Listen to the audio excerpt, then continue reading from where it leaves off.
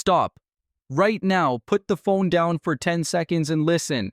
You're at the dealership or scrolling the app late at night and the numbers flash. Lease this brand new 2026 SUV, only $399 per month for 36 months. Or finance it just $599 per month with low down payment. Your heart skips $399. That's cheaper than my rent increase last year. New car every 3 years. No repairs on me, always the latest tech and safety. Why would anyone buy instead of lease? And if I buy, I own it forever. That's security, right? That split-second decision, lease is cheaper or buy is smarter, is the moment most people lose tens of thousands of dollars without ever realizing it. Because in 2026, lease versus buy isn't about which feels better. It's brutal math that can save or cost you $10,000 to $40,000 plus over 5 to 10 years. Lease looks cheap short-term but leaves you with zero equity and endless payments. Buy looks expensive monthly but can build real wealth if you hold long enough, or trap you in debt and depreciation if you do it wrong. The numbers in 2026 are unforgiving. Average new car price $48,000 to $52,000. KBB/Edmunds. Average lease payment $450 to $600 per month. 36 months. Average buy payment $700 to $900 per month, 72 months. Total lease cost 10 years, continuous $60,000 to $80,000. No asset. Total buy cost 10 years with ownership $80,000 to $100,000, but car still worth $15,000 to $20,000 plus equity. Today we're cutting through the hype lease versus buy in 2026. Full math, hidden costs, risks, and exactly when one beats the other long term. This isn't lease is always better or buy is always right. It's the real numbers, so you don't regret your choice for years. If you're about to sign a lease financing a new car, or wondering why your friends who lease everything seem to have nicer rides but less money, stay with me. The answer could save you tens of thousands and change how you move forward. Let's start with the market reality making this decision harder than ever. The car market in 2026 to 2027 is brutal for anyone trying to decide between leasing and buying, and it makes the long-term math more unforgiving than ever. Average new car transaction price is $48,000 to $52,000. KBB Edmunds Cox Automotive. Early 2026 data. Lease payments average $450 to $600 per month for 36 months, 10,000 to 12,000 miles per year limit. Buy payments average $700 to $900 per month for 69 to 72 months, 6.5 to 8.5% rates. Why is the choice so critical now? Depreciation is still massive. New cars lose 20 to 30%, year 150 to 60% after 5 years. Leasing shifts that risk to the dealer, but you never own anything. Interest rates are high. Auto loans 6.5 to 8.5% mean long-term buy costs $10,000 to $15,000 in interest. Lease money factor equivalent rate is often 5 to 7%, but you pay it without building equity. Operating costs inflate insurance up 10 to 20% per year for new cars, gas/maintenance. $200 to $400 per month registration/taxes rise with inflation. Wage growth lags middle-class real income growth 2 to 4% after inflation. Lease keeps payments lower short-term, but buy locks you in for longer with higher monthly burden. Example: a $150,000 household leases at $500 per month for 3 years to total $18,000, no asset. Buy same car at $800 per month for 72 months to total $57,600, car worth $15,000 to $20,000 at end. Lease feels cheaper for 3 years. Buy feels cheaper, or at least worth it if you hold 10 plus years. This market punishes indecision.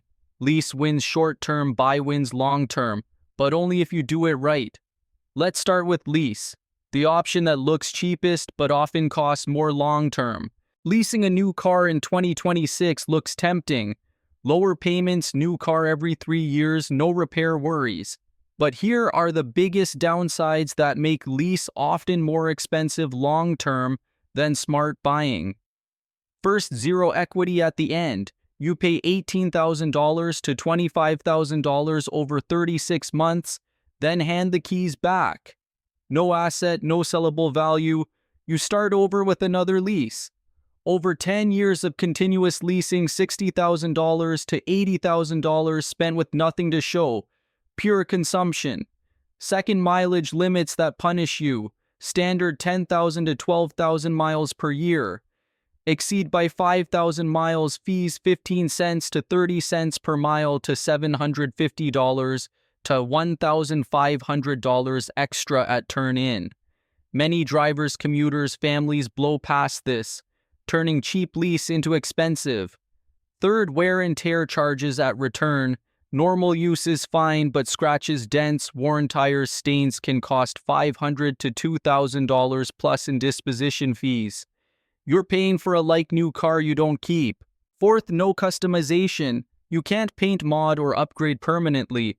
Everything must return to stock. And no long-term ownership. You're forever paying for depreciation the dealer absorbs. Example, lease $500 per month for 3 years equals total $18,000 plus mileage/wear fees $1,000 to $3,000.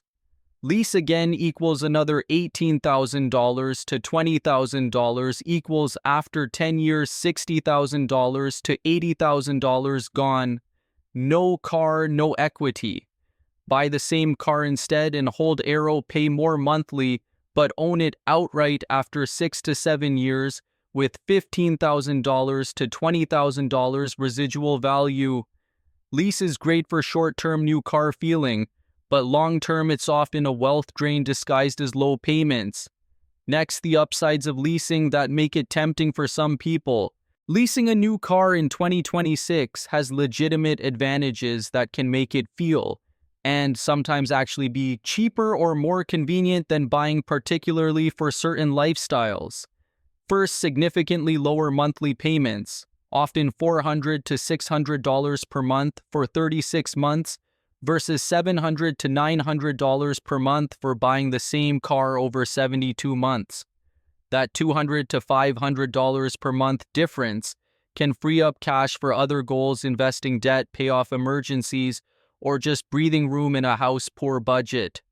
Second, full warranty coverage. New cars come with 3 years/36,000 miles bumper to bumper, often 5 to 10 years powertrain on many brands.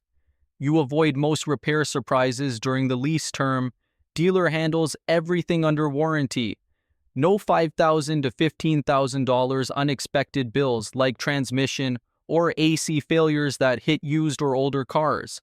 Third, always drive the latest tech and safety. New car every 3 years means you get the newest ADAS automatic braking lane, keeping adaptive cruise better fuel. Economy updated infotainment and modern design without waiting 7 to 10 years like buyers often do. Fourth, no depreciation risk. The dealer absorbs the biggest chunk of value loss, 20 to 30% year one. You return the car at the predetermined residual value. No worrying about market dips or selling underwater. Example, a tech-savvy professional leases a $50,000 SUV at $450 per month for 36 months. They enjoy the latest safety features, warranty, peace of mind, and drive a new car every 3 years, perfect for someone who hates repairs and loves new tech even if long-term cost is higher. Leasing shines when you value low payments, new features, and no repair headaches, and don't care about ownership. But buying flips the equation in other ways. Let's look at its biggest downsides. Buying a new car in 2026 has clear long-term upsides, but it comes with serious downsides that make it feel punishing for many middle-class buyers, especially if you finance. First, much higher monthly payments. $700 to $900 per month. 72 months versus lease, $400 to $600 per month. 36 months. Add $10,000 to $15,000 in interest over the loan life at 6.5 to 8.5% rates. Money gone forever. Second, rapid depreciation hits you hard. You own the full loss. New car loses 20 to 30% year 1, 50 to 60% after 5 years. You're underwater owing more than car worth for 3 to 5 years. Sell early and you lose $5,000 to $15,000 covering negative equity. Third, you bear all repair risk after warranty. After 3 to 5 years / 36,000 to 60,000 miles, major fixes are on you. Transmission $5,000 to $7,000, AC $1,000 to $2,000, suspension $1,000 to $3,000. One big bill can wipe out savings. Fourth, long-term interest and commitment. 72-month loans mean you're in debt for 6+ years. If life changes, job loss, need bigger car, you're stuck with high payments or rolling negative equity into the next loan. Debt snowball. Example, buy $50,000 new car finance. 72 months at $800 per month equals total $57,600 paid, plus interest $12,000 to $15,000. After 6 years, car worth $15,000 to $20,000, net loss $65,000 to $85,000, spent $80,000 to $100,000, including operating asset worth $15,000 to $20,000. Lease the same car 3 years twice, total $36,000 to $40,000 cheaper short term, but no asset. Buying feels responsible, but the high payments, depreciation, and repair risks make it expensive if you don't hold long term. Next, the brutal 5 to 10 year math comparison, which actually costs less long term. Buying a new car in 2026 has real tangible advantages that can outweigh the monthly pain, particularly when you plan to hold the car for many years and treat it as a long-term asset. First, full ownership. Once the loan is paid off, typically 5 to 7 years, your monthly payment drops to $0 forever, except insurance, maintenance, and gas. You own the title outright. No more payments to lenders, no mileage limits, no turn-in fees. That car becomes a real asset you can sell, trade, or pass to kids. Second, no mileage restrictions. Drive as much as you want without penalty. Perfect for long commutes, road trips, or families who rack up 15,000 to 20,000 miles per year. Leasing would cost you $750 to $2,000 plus in overage fees. Third, full customization freedom. Painted ad mods, upgrade stereo tint windows. Make it truly yours without worrying about end-of-lease charges. Fourth, long-term equity and residual value. Hold 10+ years and the car still retains $10,000 to $20,000 value even after heavy use. You build equity through paydown plus any appreciation, something leasing never provides. Example, a $150,000 household buys a new $50,000 reliable SUV and holds it 10 years. After 72 months of payments, they own it free and clear. Car still worth $15,000.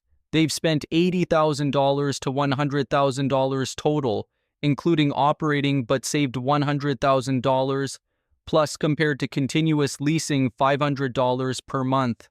Times 120 months equals $60,000 with no asset.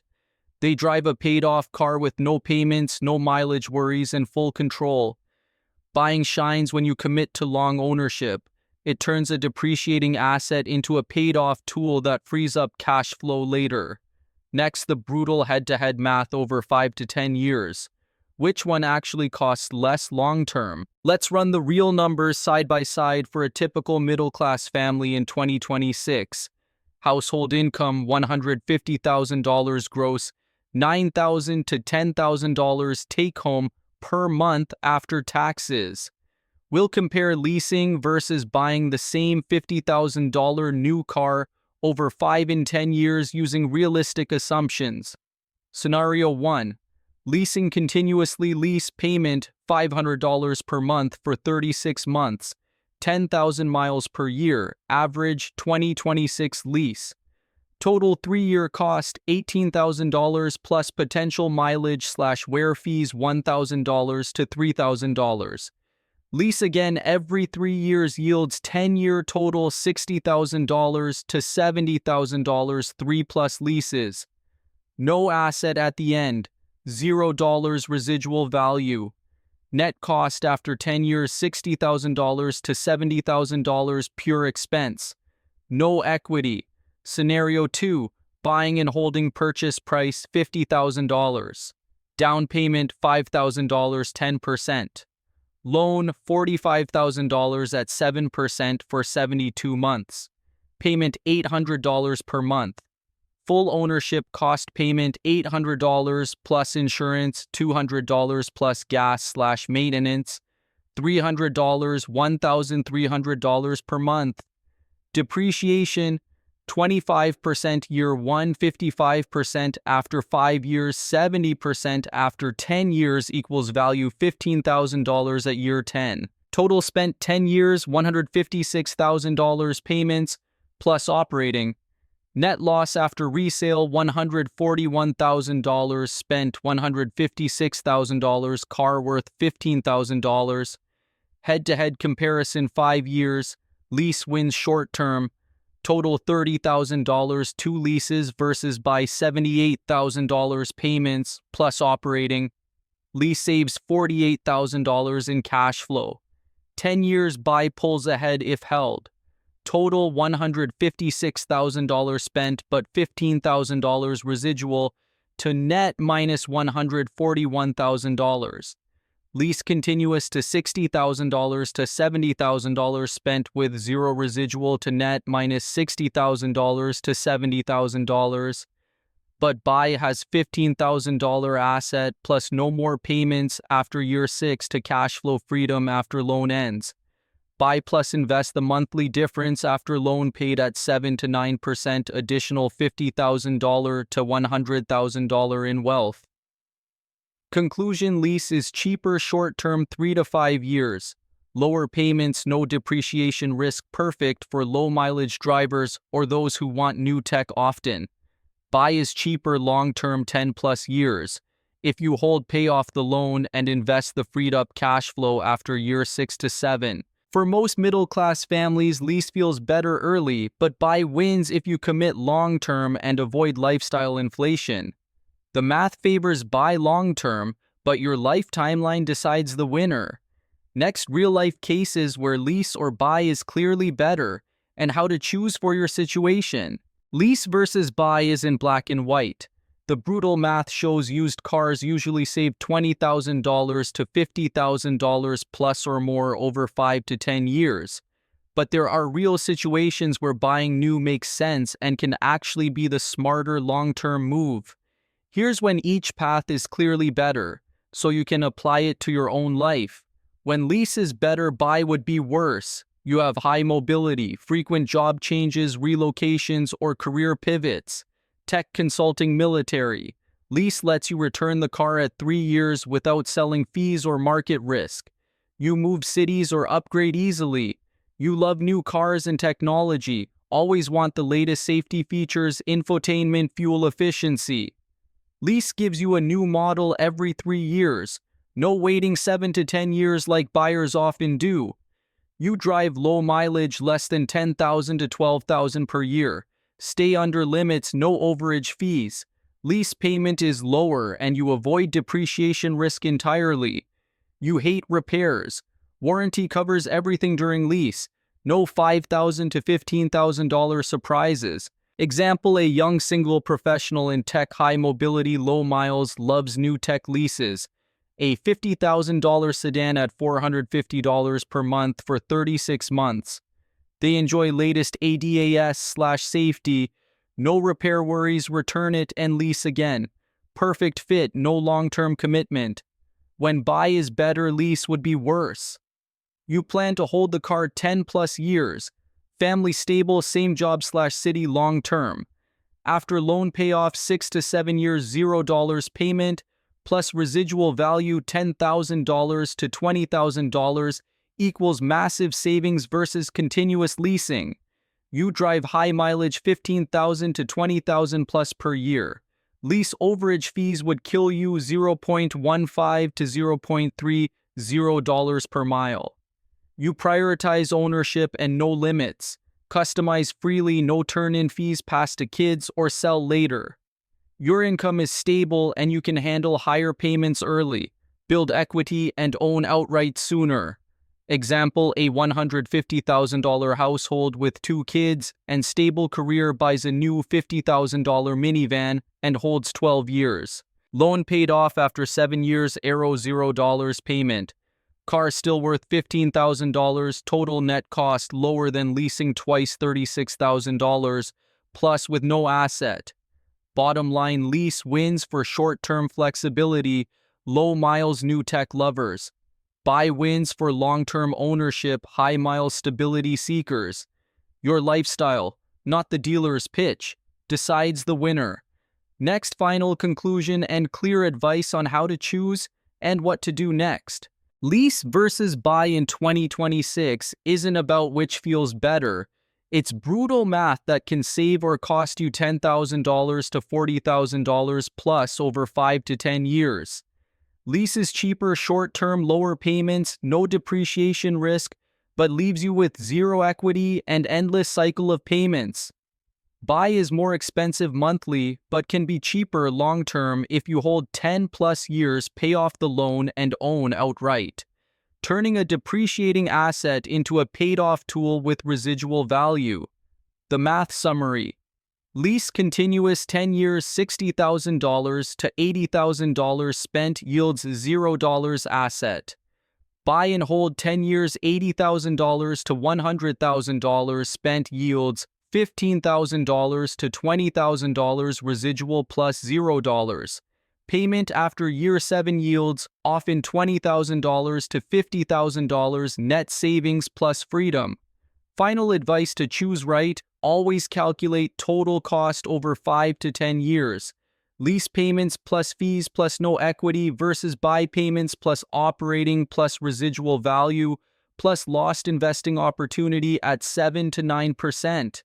Use tools like Edmunds TCO calculator or Excel. Include mileage, hold time, and inflation. Red flag for lease: high mileage, greater than $12,000 per year, leads to overage fees $0.15 to $0.30 per mile, add up fast.